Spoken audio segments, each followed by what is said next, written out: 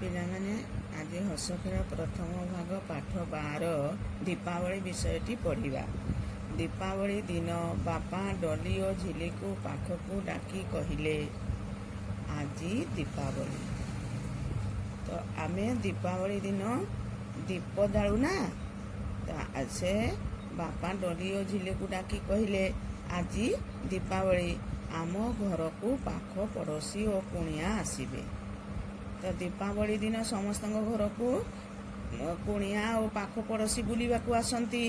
ତ ସେ କହିଲେ ତା ବାପା, ଆମ ଘରକୁ ପାଖ ପଡ଼ୋଶୀ ଓ କୁଣିଆ ଆସିବେ, ବହୁତ ଭିଡ଼ ହେବ। ତୁମେ ଦୁଇ ଜଣ କାମରେ ଟିକିଏ ସାହାଯ୍ୟ କର। କିଏ କହିଲେ? ତାଙ୍କ ବାପା କହିଲେ। କାହାକୁ କହିଲେ? ଡଲି ଓ ଝିଲିକୁ କହିଲେ। ଏହି ମହମବତୀ ଗୁଡ଼ିକ ନିଅ, ତାକୁ ସଜାଇ ରଖ।